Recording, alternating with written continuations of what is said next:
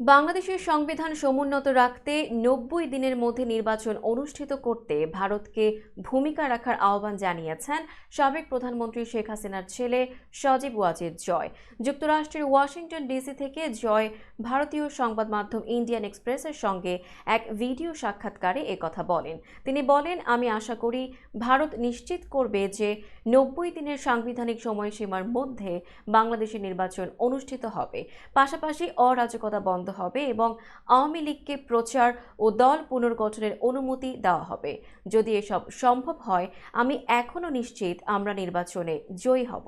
আওয়ামী লীগ এখনো সবচেয়ে জনপ্রিয় দল। বাংলাদেশের ছাত্র আন্দোলন সামলানোর ক্ষেত্রে ভুল হয়েছে উল্লেখ করে জয় বলেন, সরকারের প্রথম থেকেই আন্দোলনকারীদের সঙ্গে সম্পৃক্ত হয়ে কোটার বিরুদ্ধে কথা বলা উচিত ছিল।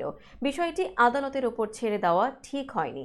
আদালত ভুল করেছে এবং আমরা কোটা চাই না বলে সবাইকে আশ্বস্ত করার সুপারিশ করেছিলাম, কিন্তু আমাদের সরকার তা শোনেনি এবং বিচার ব্যবস্থার ওপরই বিষয়টা ছেড়ে দেয়।